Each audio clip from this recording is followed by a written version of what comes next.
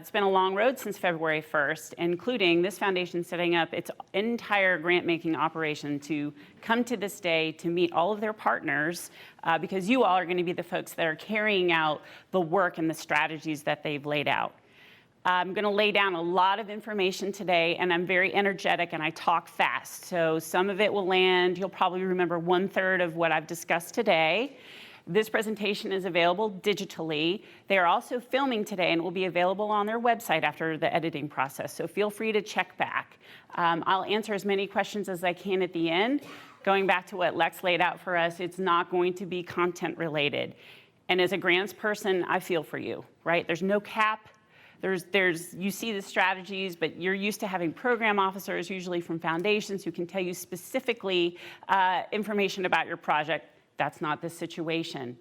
We're all entering down this path together. This is a new foundation. The Dogwood Health Trust is also new.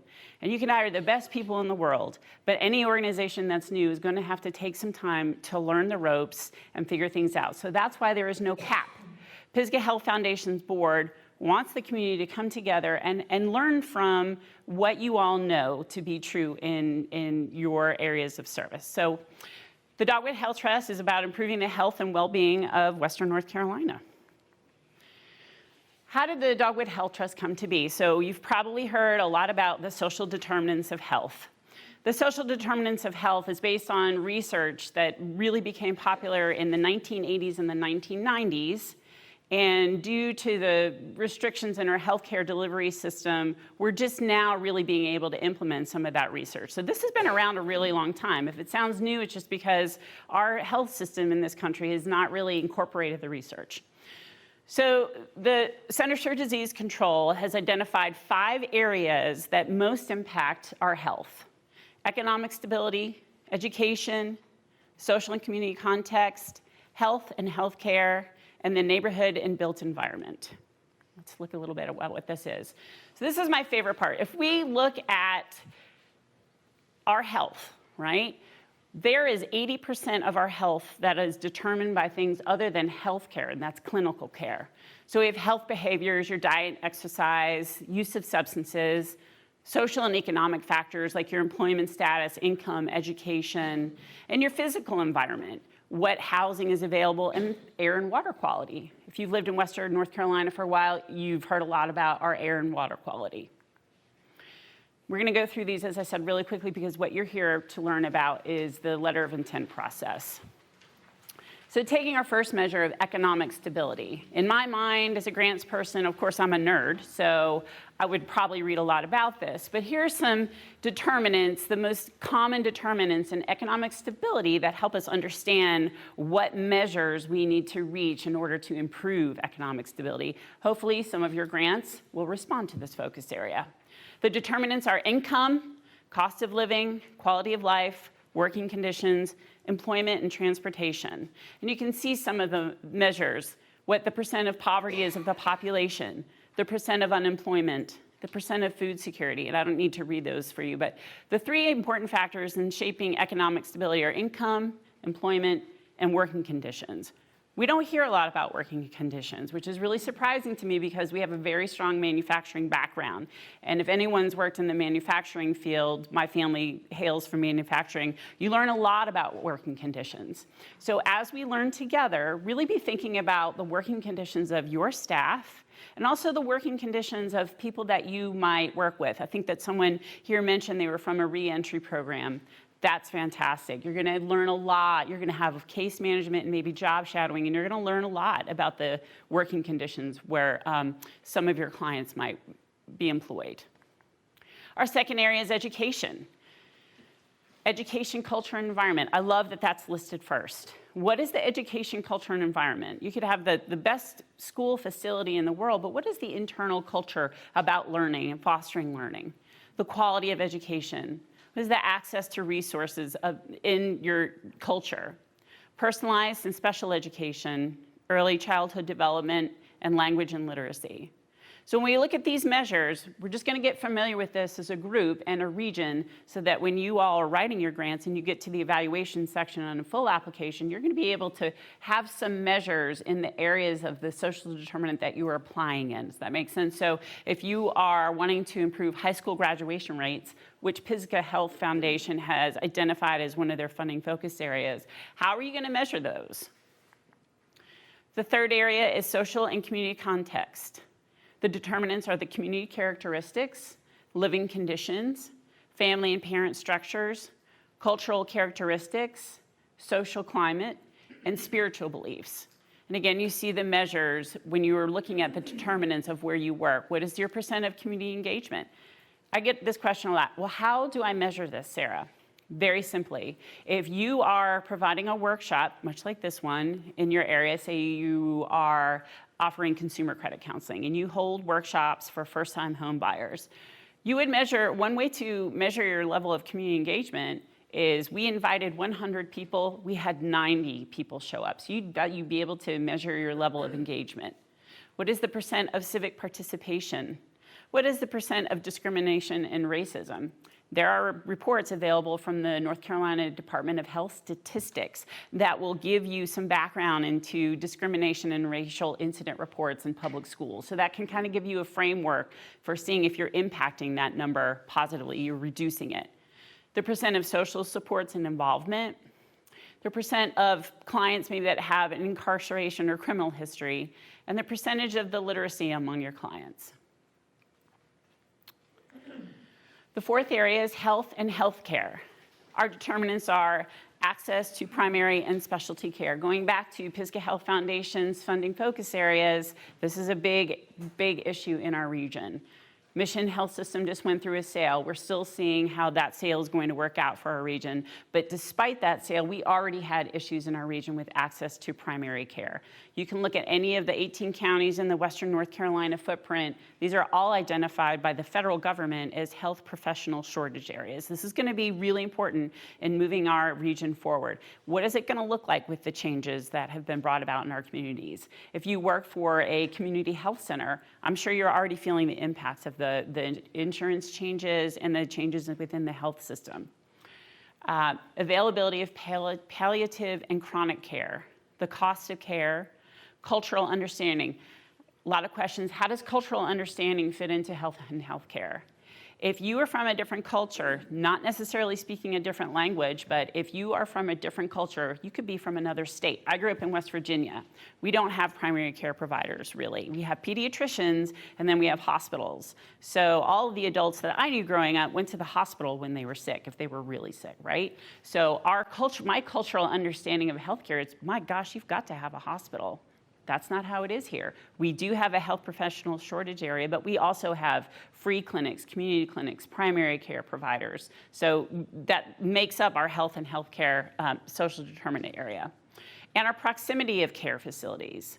Again, the measure is pretty easily understandable. The one I get the question about the most is healthcare utilization. So that's if I go to a primary care doctor, let's say, for the sake of the argument, that Lex is my primary care doctor, and he says, oh, Sarah, you need to see this specialist for X and this specialist for Y. Now, if I follow up on those referrals, that's the healthcare utilization. I'm using the benefit of the supportive services to really improve my health. How you would measure that if you were making referrals that, particularly my background is in mental health, Leslie McCrory can probably say, they receive a lot of referrals, right? So are people able to utilize the healthcare support services that are being offered? And our last area, neighborhoods and built environment. This is one of my favorite. This is the one I've learned the most about. So I told you I'm a nerd. I read everything. This is the one I really am still learning about and kind of working into my knowledge. So the determinants are the home location. So I don't know if any of you have heard recent research that where you grew up in your zip code can have one of the most strong impacts on your health than if you live next to a world-renowned physician. Schools, geography, and industry. Western North Carolina is greatly impacted by geography. We are at a far remove from our state capital, and our geographic terrain really causes isolation for certain counties in our footprint. It's also impacted our industry, right? So we don't have light rail. We don't have really ironclad shipping other than trucking. That has impacted our neighborhood and our built environment. What is our population density, housing assistance, and our neighborhood safety?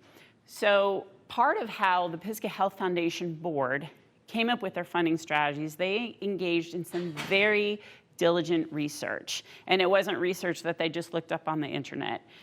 They hired experts to come and work with them in understanding all the demographic information of the regional subset that they're serving. So that's the C3 and C4 areas. Mining evidence suggests that levels of physical and mental health relate to the built environment. It gives you the examples, particularly roads and highways are an issue in our region. Some research has demonstrated the health benefits of sustainable communities, and other research is further exploring the longitudinal and multi-level impact of the other mediating factors. So of the other things that fit in there, the quality of housing. If you've looked at Pisgah Health Foundation's funding strategies, the quality of housing in our region is really important. They're going to be learning a lot about that. Public transportation. Is there public transportation readily available in our region? No, not unless you live near a hub. Availability of healthy foods, and that's beyond food insecurity. That's a different topic. So even if you're food insecure and you have access to supportive services to gain food, are those foods healthy? Quality of air and water, the percent of crime and violence, and the access to parks and recreation. Health status for Western North Carolina. I'm going to give you a little precursor for our friends that have come from counties other than Transylvania and Henderson counties. There is some information on this next slide that's eye-opening. And I'm just going to say this is where we're starting. This is where we're starting with Pisgah Health Foundation. This is where we're starting with Dogwood Health Trust. We are going to want some of these numbers to change. We have some very serious health impacts in our region that has caused one of our counties to be ranked 93rd out of all the 100 counties. So before I put this slide up, I'd just like to give a little preparation. We're all in this soup together. I might live in a different county than you do, but what happens in Transylvania, Henderson, and Swain counties is just as important to me as what happens in my own county. What are the health rankings? So the University of Wisconsin Population Health Institute and the Robert Wood Johnson Foundation, they have a lot of researchers, right? So that's nerd heaven to me. So all they do is they crunch numbers and they have surveys and they look for the overall health ranking of the counties in all 50 states, including our counties. So the most recent report, the 2018 County Health Ranking and Roadmap, quantifies health outcomes and factors which affect our health within the state using these 5 measures, okay? So when you see the next numbers on the next slide, be remembering what the 5 factors are. The rate of people dying before age 75, the percent of people who report being in fair or poor health. Any of you ever worked with a community health needs assessment, that's where that statistic comes from. They do a lot of surveys within the health department and hospitals. The number of days people report being in poor physical health. The number of days people report being in poor mental health. And lastly, the rate of low birth weight infants. The report illustrates what's keeping people healthy or making them sick and presents ways that we can create healthier places. And that's really what we're here for. All right. So here we are. We have Transylvania and Henderson County. Oh, that's great. Henderson County is 15. Transylvania is almost in the top 25 at 26. But look at our counties to the east and the west. We have Swain at 93, Cherokee at 87, McDowell at 70, and Rutherford at 74. Those are some of the lowest ranking counties. And if you do a mathematical algorithm for that, our region really ranks in the lower third of all counties, health statistically wise, in the whole state. We have the highest rates of suicide. We have the highest rates of youth suicide, particularly for our region. This all, impacts the health outcomes, right? Remember one of the measurements, the rate of people who are dying before age 75. So again, this is where we're starting.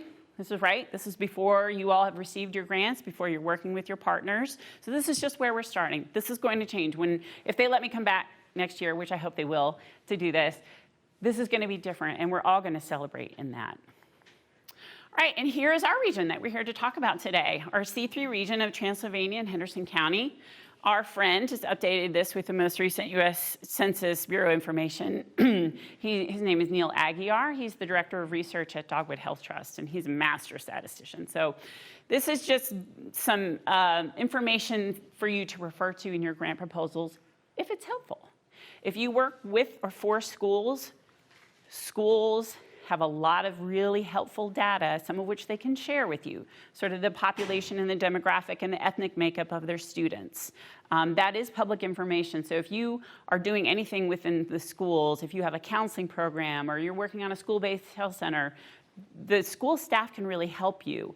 And the reason that I'm referencing these statistics is that when you get into your letter of support, your letter of interest, and if you're invited to apply for a full application, we want to see your research, right? We're learning.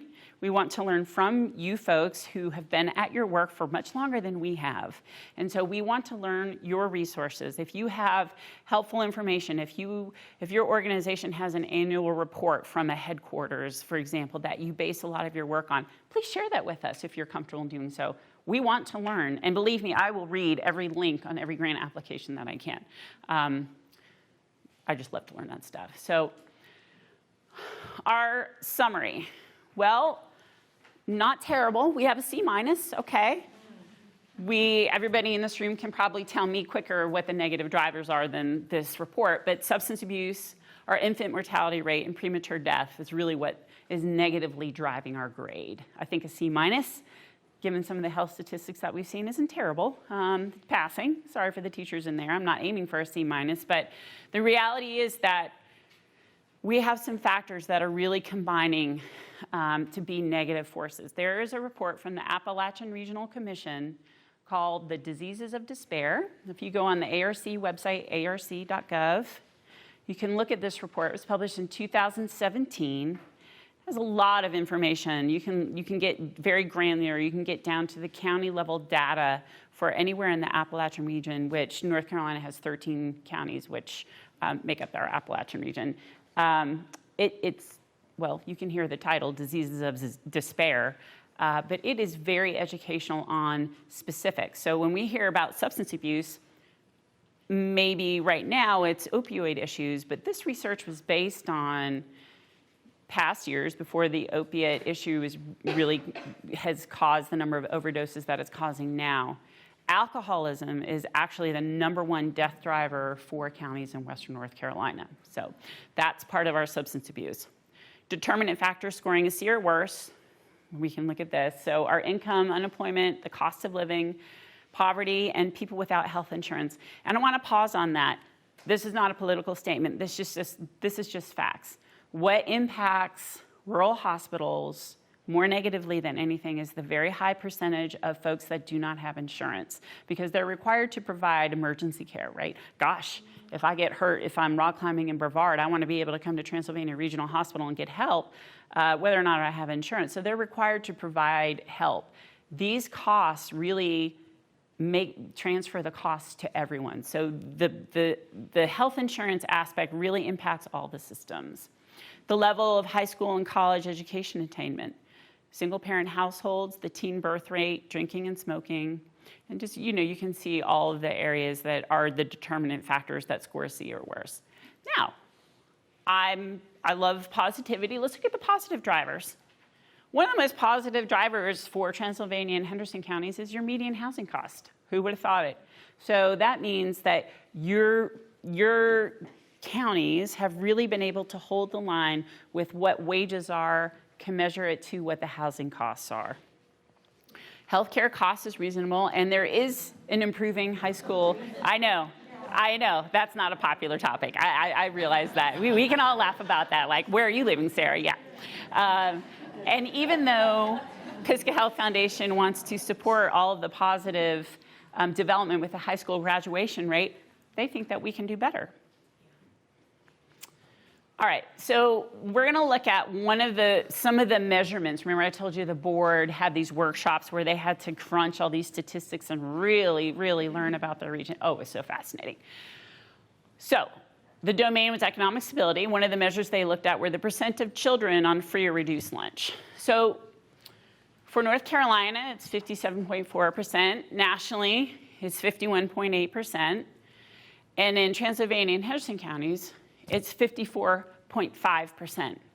That's great. We're better than the North Carolina percentage, but you know what that statistic stands for?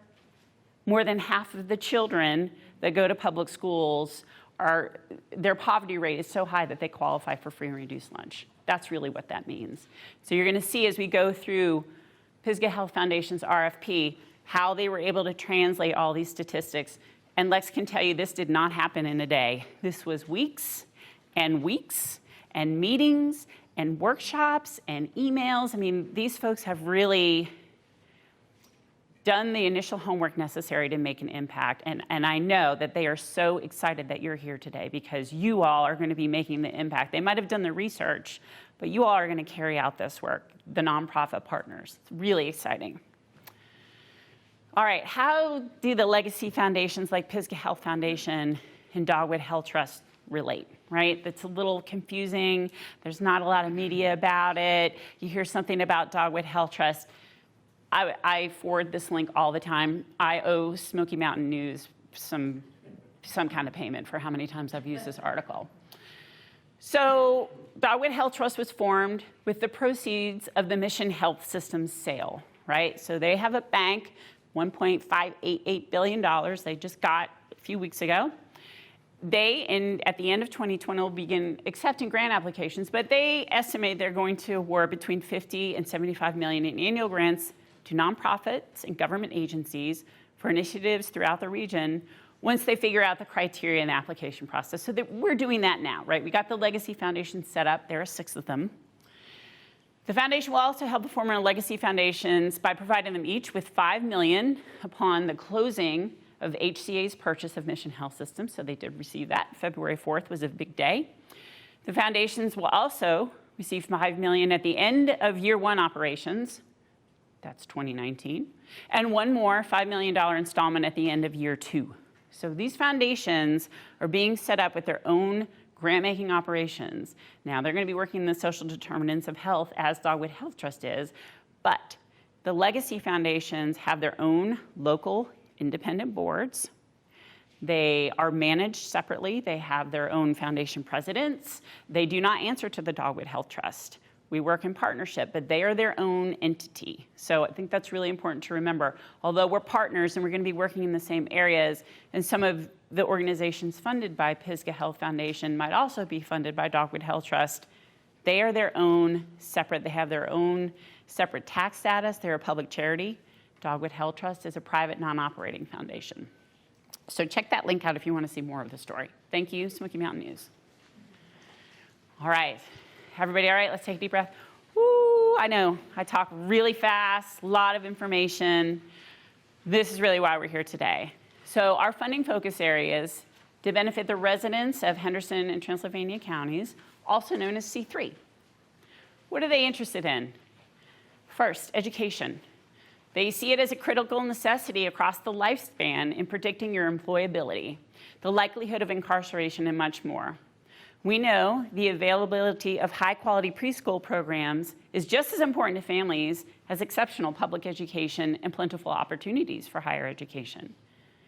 The projects to be considered for funding will achieve outcomes to: 1, either increase the long-term operation capacity of pre-K through 12 social support organizations, or provide nursing, mental health, and career counselors in either nonprofit or education settings, with special considerations given to bilingual programs. And 3rd, increase opportunities for early childhood education and improvement in high school graduation rates. Okay. Food security. Another critical factor that falls under economic stability is food. Is it accessible at all? If so, do high food prices or a scant number of retail food outlets and transportation options make it unattainable? So there's really great stories right now about the locations of Family Dollars or Dollar Generals in food deserts. Very interesting. I encourage you to read it even if you don't work in food security. So the projects that Pisgah Health Foundation will consider for funding will achieve outcomes to increase capacity and provide healthy food to food insecure families and individuals, with a special consideration given to organizations seeking to create new food sources in unserved or rural areas. So think about our hubs. So we have Brevard, we have Hendersonville, we have a few hubs in our counties, but we also have rural, geographically isolated areas where people cannot access healthy food. Housing and homelessness. Economically unstable community members are more likely to be living in substandard housing and grappling with insufficient interior heating and cooling systems, crowded conditions, and the presence of toxic, even carcinogenic substances in the home like mold and asbestos. It's a big problem in Western North Carolina, not just affordable housing, but the quality of our housing is also an issue. So they are really looking for projects that will address the lack of affordable housing for low-income families and individuals, especially relating to workforce development. We have a lot of folks, we're having issues with youth flight right now. Western North Carolina is a great place to live, but if you're just starting out, maybe you have some student loans, you really cannot afford rents. So they're looking for projects to address this. Special consideration will be given to organizations seeking to increase support staff at shelters. There's been a big movement in our state towards something called Housing First.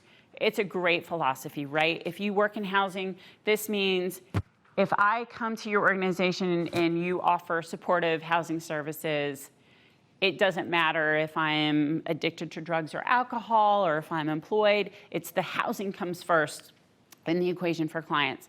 It's great. Unfortunately, we have some impact areas in Western North Carolina that are related to affordable housing but separate. And that's that we have a lot of people we have a large number of folks who fall into the category of working poor. So they're really one step away. They're a car falling apart away from being homeless. And so we totally applaud and support the Housing First model, but the reality is that we have shelters that people are seeking they need, they're homeless and they need sheltering, including families with children. We're also looking for projects to improve the quality standards in housing for vulnerable populations. Again, we're new. We want to learn from you. You describe to us what the vulnerable population is that you're working with, okay? I realize that's a sort of a blanket word, but we want to make it as open as possible and reflective of the community. So if you work in housing, case management support services, for example, for, let's say, adults with disabilities, that's what they really want to learn about and support projects who work in those areas. And then also increase affordable housing models. What does that mean? You tell us. This is an area that we want to grow. This is an area that Pisgah Health Foundation's board has decided they want to invest in, but we want to learn. So if you have an affordable housing model, maybe that has worked well in another area where you've lived and you think it's translatable, please apply for a grant. We'd love to learn about it. Obesity, substance abuse, mental health, and health education. So I love that this is a specialty area, right? So this isn't just health and healthcare. This is very specialized on where they want to move the needle first. Again, going back to all their diligent preparation with research, these are the areas that were screaming red alerts in all of the research that they conducted. Health and healthcare include diverse influences that shape our health. Example of health concerns in our area include obesity, which contributes to multiple chronic conditions, disabled residents, substance abuse, and those struggling with unaddressed mental health problems. We do not have an outpatient mental health network in Western North Carolina. We are also in the next year, going to be on the receiving end of some really drastic changes at the state level in relation to Medicaid transformation. Right, yeah, it's worrisome for health providers in here. I'm really glad that you're here today because the red alerts are screaming already for mental health care. And once Medicaid transformation takes place in the state next year, one of the outcomes is they're going to integrate the existing mental health care supports. And really that's the LME, MCO organization. Now those will fade away over time and it will be up to our region to see what we create in the absence of that. So if you work with any organization that's a nonprofit organization that works in the field of mental health, you don't see them here today, please give them my email address. Please give them Kathy or Lex's email address. We really need everyone coming to the table to help us really create some solutions for our region. So projects to be considered for funding will educate the community at large about mental health and substance abuse are really true health issues within the community. This outreach is super important, right? It's the number one economic development issue that's a negative, right? So it causes poor mental health causes the most missed days at work, and is really the number one reason for turnover in any field in Western North Carolina. And we're finding that not everyone believes this is true or believes that maybe it's people who are schizophrenic who need to be hospitalized. No. Depression and anxiety are the most common diagnoses in our region, and those impact our health inordinately. Projects to create or expand substance abuse and mental health programs that improve mental health. We understand that there's some creation that we're going to have to do. And as a group, let's just get everything out on the table now. There are going to be projects that are funded that fail, right? It's just how it is. I mean, we can come to the table with the best idea as a grants person, and I'm old, I've been doing grants for a while. We would come up with the best group collaborative, have the best plans, and then for whatever reason, it fell short.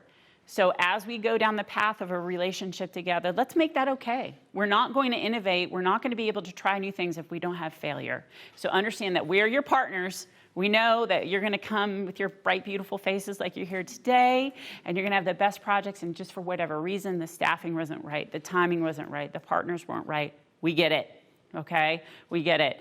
A failed project, just have open communication with us. We understand. But special consideration will be given to programs using telemedicine and programs to support ongoing staff training. How does that look? So if you have a food pantry, and you know that on Wednesdays you have the same folks that come that seem to have some mental health issues, don't make a lot of eye contact, maybe they're housing unstable, every time they come they have a different address, and you have someone on staff that maybe has that facility of relationships, right? So I know that when I come, Kathy's going to be a really friendly face when I come to pick up my food box.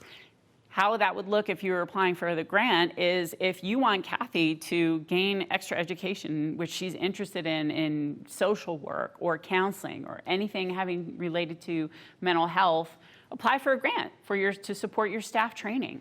Really think out of the box, because that's what they want. They want to create different programs. Part of that is using the wonderful staff that we have in our region so that folks can gain additional training. And we want to lower child and adult obesity rates through evidence-based programs. This is really important. We would love to say that all of the mental health programs that are going to be developed are going to be evidence-based. Let's hope that they are. But specifically to lower child and adult obesity rates, there's a lot of evidence-based programs in our region that are effective. We just need to expand the capacity of those. And lastly, social cohesion. This is always the area that it's a little confusing. But social connectedness and the abatement of loneliness can impact our health just as much as the built environment.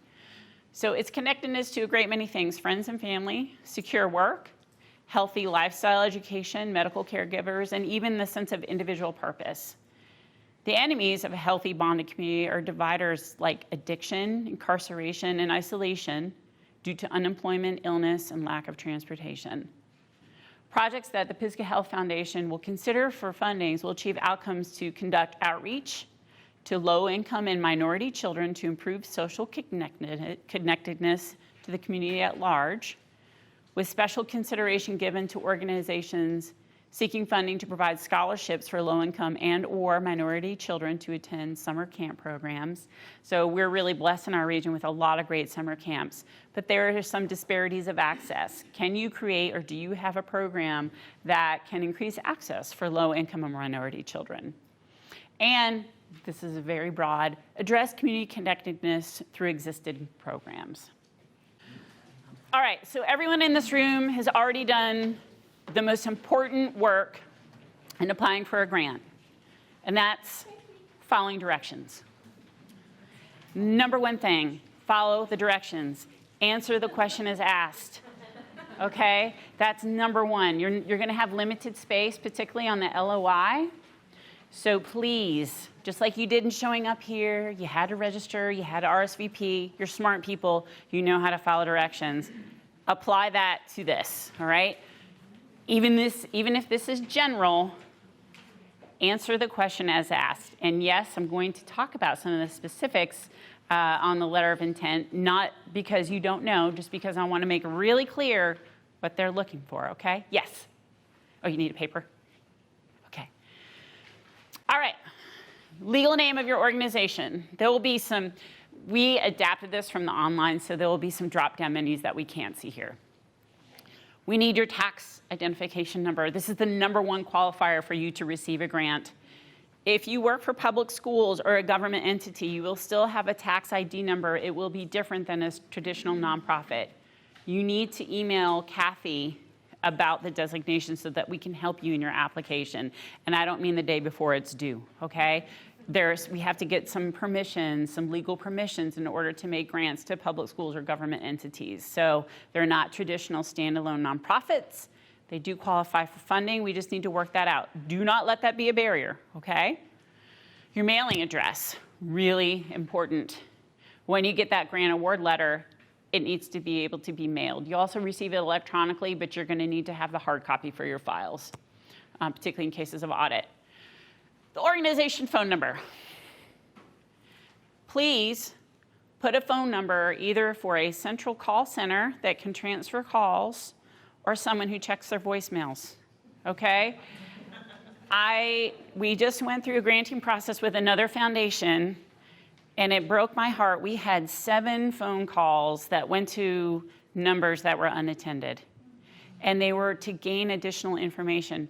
We're new at this, right? So there are going to be some questions that arise from your applications that we're going to need to have answered, and that's when your friend Kathy is going to call and say, hey, Sarah, we had a letter returned from your mailing address. Did you guys change addresses? Or Sarah, I'm not really clear what you all are trying to accomplish. Can you give me some more specifics? Right? So please list an organization phone number that's a real phone number, and it's a voicemail that's checked, okay? The year of incorporation, that should be available on your tax identification letter. What your annual budget is. Oh gosh, that's a confusing question. It's your annual budget for your organization, okay? If you are applying for an organization that maybe has, is very project specific for another service line, it is still the annual budget for the whole organization, okay? Your web address, and then most importantly, your mission statement. Please, again, do not let any question on either the letter of intent or the full application be a barrier. Don't get to a question and say, oh my gosh, we're going through a strategic visioning, our mission's gonna change, I'm not sure what we're supposed to put there. Again, our partners, please work it out with us. Don't take yourself out of a grant application early on, all right? These are easily answered questions. We wanna work in partnership with you. Excuse me. Sorry about that, Heath. All right. 2 separate things. The organization primary contact. This is the head of your organization, all right? We need to know who that is. We need to know some specifics about them. We do need their mobile phone. As a grant writer, oh, no, I never gave that out. We need to have it, okay? We're a local funder. We want to have a partnership, and that means we need to have a partnership with your leader, okay? We're not going to call for any other reason than, hey, maybe we want to invite you to something with Lex, and he wants to get to know someone in the housing area, okay? So again, for partnerships, I know that that's very valuable information, and I promise you we won't misuse it. And then the email for the contact, not their assistant, the email that would go directly to them. Now, we understand there are wonderful grant writers, other development people in the room. The primary contact for the request, right? So you're going to have a grant writer, you're going to have someone on your staff that pulled the application together that might not have been the head of the organization.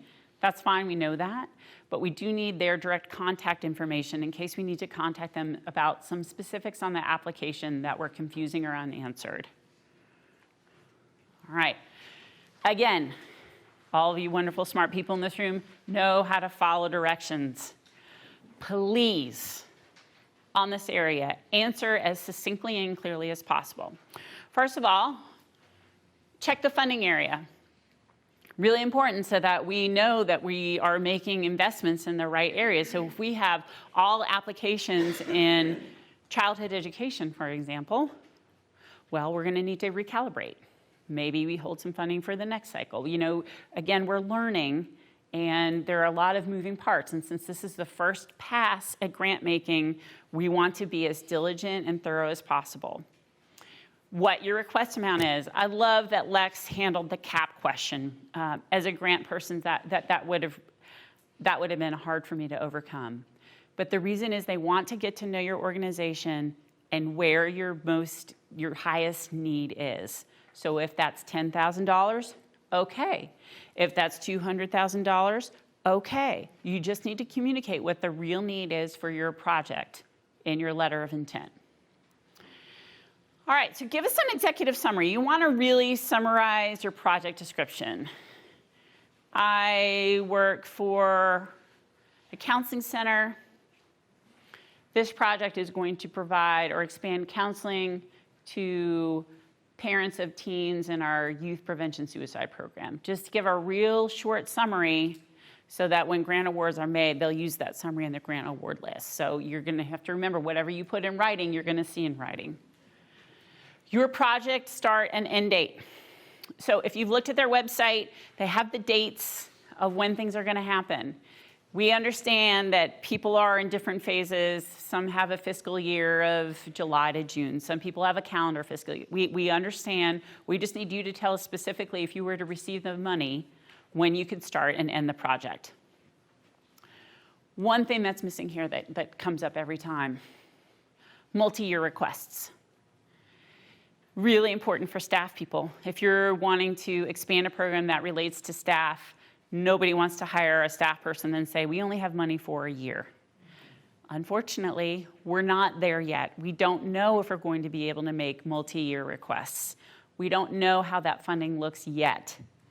So just keep that in mind as you apply. You can ask for multi-year.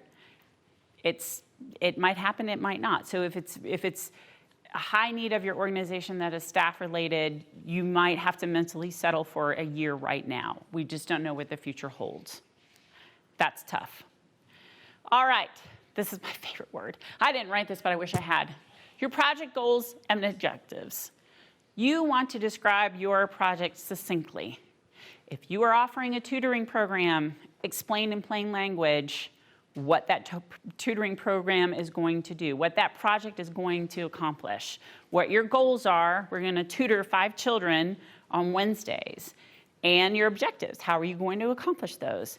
Please keep it, again, following the directions. Answer the question as it's asked. Don't tell us about the length of history and all of your successes in XYZ. That's great. We applaud that. Just answer this question, though, okay? All right, it's hard to believe we're almost at the end. Organizational description. You want to make a direct connection from what you currently do to what you want to accomplish. So if it's a new project, that's great. Tell us about it. If you're creating something new that's going to combat our issues with substance abuse in our region, tell us about that. But you want to make a connection from your mission, that mission statement, to what you want to accomplish, all right? How does this relate to your mission? Explain it to us, because we want to get to know you better. Your statement of need. You want to elaborate on your objectives. How do you plan on using the funding to solve the need? This is where, nerd alert, you're going to have some research, okay? Whatever you quote, please include a link, because I will look at it, because I want to learn from you. Pisgah Health Foundation wants to learn from you.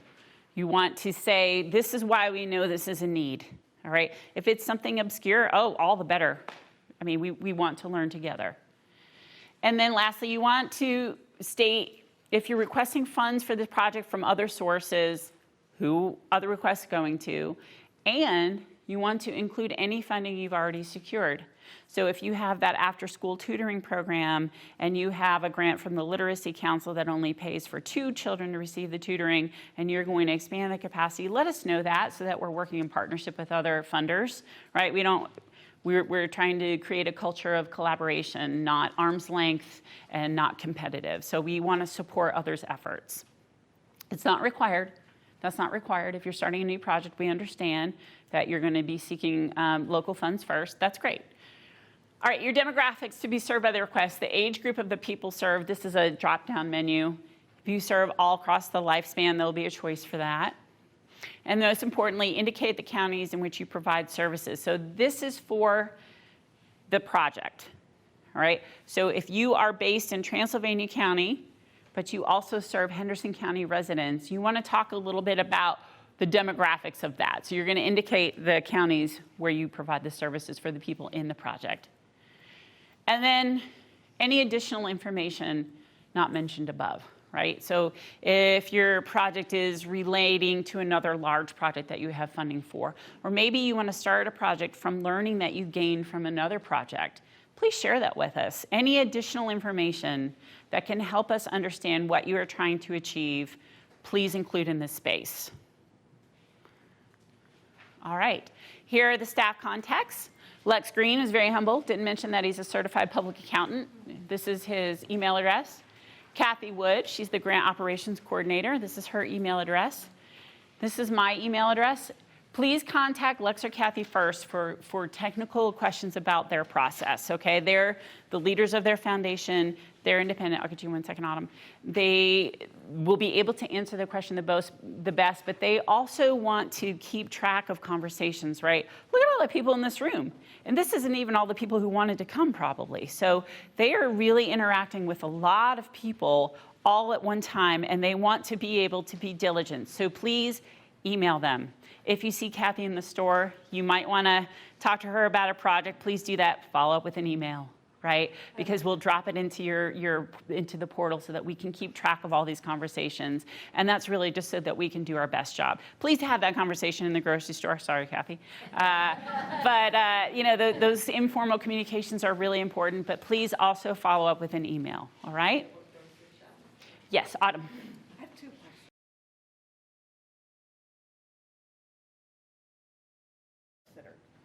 So Autumn's response to the funding focus areas, it seems very project specific. Are systemic change projects going to be considered? Yes, so Lex's response is, again, we're open.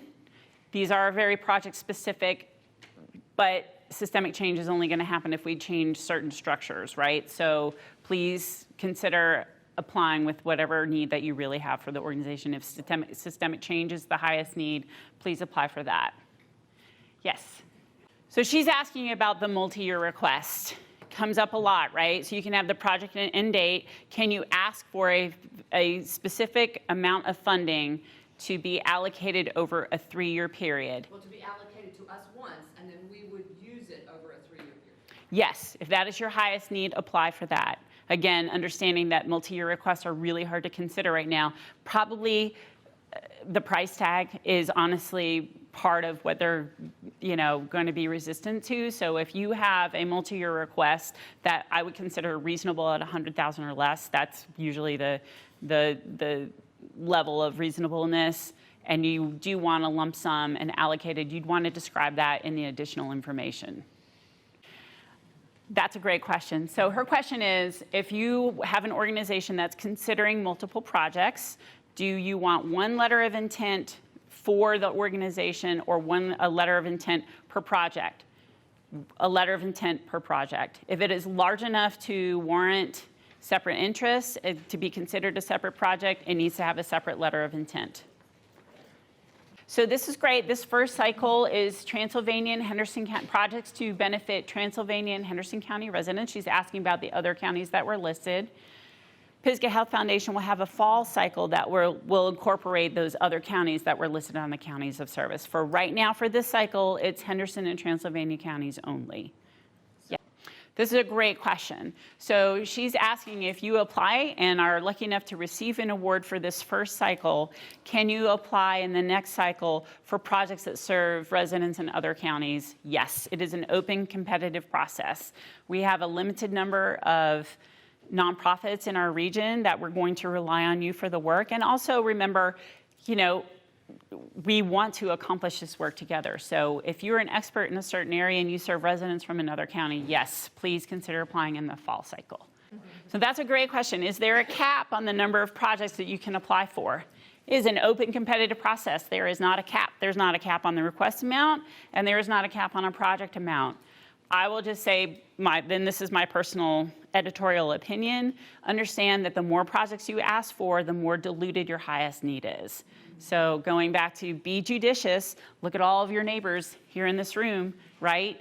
We want everybody to be able to rise together, so the more that we ask for, even if our project is the best, that means that someone else might lose out. So let's just be judicious about what we're asking for. I know you are, but ask for the highest need. Yes, so her question is, for the second cycle, will it also include Henderson and Transylvania counties? And that's yes. Yes, so this is specific for you all. The first round, the second round will include all 5 counties. Ooh, these are great questions. You're keeping me on my toes. I see others. Don't be afraid. We're all learning together. Any other questions? Oh, yes. Hi. It's a great question. She's asking when the money will be available, so when you will receive the award from the first cycle and when you'll receive the award for the second cycle. The award for the first cycle will be made in October. The award for the second cycle, depending on the number of applications, because it's a larger area, we're just saying before the end of the year. So not as specific, I'm sorry, but when we... This is a great question. So she wants to know, we saw that $5 million number, right? What is the pool of awards? That will be up to the foundation board. And that will they will have targeted amounts for each focus area. So say 30% for education, 30% here. They might need to adjust their grants policy based on the applications they receive the first round. So even if they have something allocated, it's going to be based on the applications received and funded. It will. And so Myra's question is about the fiscal years, what Pisgah Health Foundation's fiscal year is, and it's a January to December. That's why they're discharging the funds before the end of the year. But if your organization, some folks have an October to September fiscal year, which is going to be tricky for these funds, right? So even if you applied in September, if the funds are allocated in October, it's going to be past the fiscal year. So that's probably more tricky if you're July to June. I think so too. So again, if you're getting in the weeds with that, please feel free to talk to Lex or Kathy or shoot me an email if you need some help figuring that out. We're here together. We don't want the funding to be a burden, right? But we also want to help you achieve your objectives. So to clarify, if under year? Thank you for asking that. She's asking if the funds are awarded in October, is the expectation that they'll be spent before the end of the calendar year? No. We're just going to rely on your project dates. Whatever works for you. We will discharge the funds as we need to, but whatever works for your organization, no. Great question. Just for this initial. Great question. She wants to know if the staggered approach of having a cycle for Henderson and Transylvania counties initially, and then all 5 counties in their geographic subset in future years, we don't know. I'm sorry. We're just new at it, and we're trying to work with organizations in the geographic subset in C3 first so that we can really learn. It's smaller. We know the organizations more deeply than the other counties that we serve, so that will take a little longer. Great question. Someone over here had a question. I saw a halfway hand. Nope. Any other questions? No, I just commend you guys for getting this out as quickly and as organized as you have. Hey, thank you. I'm sorry that Lex stepped out for that. I'm really glad to hear that. I cannot tell you the number of late meetings that this board has. If you look at the board members on the website and you know them, give them a hug. I mean, don't even shake their hand. I mean, late nights. I have gotten emails from them over the weekends. These are all professional people who have other jobs. I think one's a retired doctor. We have a doctor who's on maternity leave who's still working on the board. It has been a big effort, and the reason is because of you all. They understand the need in the region. They understand with missions changes, we're going to have some hurting people. So thank you so much for saying that. I hope you can let Lex know about that. That's really kind. Question about collaboration. Oh, good. Yes. All right. Her question is about collaboration. We'll get into that more deeply in the full applications. Oh, Lord, yes. Right? We need to collaborate. We don't have the same arm's length. These are our foundations that are here making rural place-based philanthropy. If you have an organization that has an amazing financial management department, for example, or an amazing grants manager that can explain grant rules to smaller organizations, and you're interested in serving as a fiscal agent, I would highly recommend pulling that collaboration together. I would highly recommend pulling that collaboration together. I did say that twice for a reason, okay? Great for your additional information, and great because we have so many wonderful nonprofits working in areas, but boy, grant money is very intimidating. And if you have a food pantry, for example, a church food pantry that makes an awesome hot meal that they want to offer to families after school 3 days a week, but they don't understand, they just want to buy the food and make it, and you can help them with that, oh, please, please, let's do that. So yes, collaborative projects will receive, if you didn't notice by my language. Include that in the additional information section? Yes. Yes, for this project, we are expecting these collaborators. We would be willing to serve as a fiscal agent for these. That's a great question. Thank you so much for that. Yeah, that will come in the grant application. So be talking to your partners now about what your expectations are with them. I forgot to restate the question. Sorry about that, Heath. That's not the signal. He wants to know if letters of support from collaborators are needed for the letter of intent or the full application. Just the full application, but you'd want to be talking to them now about what your expectations are, right? So we're interested in applying for this grant. We sent a letter of intent in. If we're invited to complete a full application, would you please offer in the written word letter of support? Yes, Adam. No, this is great. You're helping everyone learn. Please don't apologize for questions. That's why we're here. You will have 30 days to complete the full application from notice. So you will receive an email and a mailed letter saying, yay, we love your idea. Here's some extra homework for you in this full application. So some of this is translatable. The need, some of those questions will be the same. You want to really ramp up your research for the statement of need for the full application. Please, please include your links. Don't just tell me that 6 out of 10 teenagers need this service. Really let me know about the evidence so that I can learn. But it will be a 30-day turnaround. It won't be as lengthy as many full applications. All right, we're a little past our time. I think that's okay. Any last questions? You have email addresses.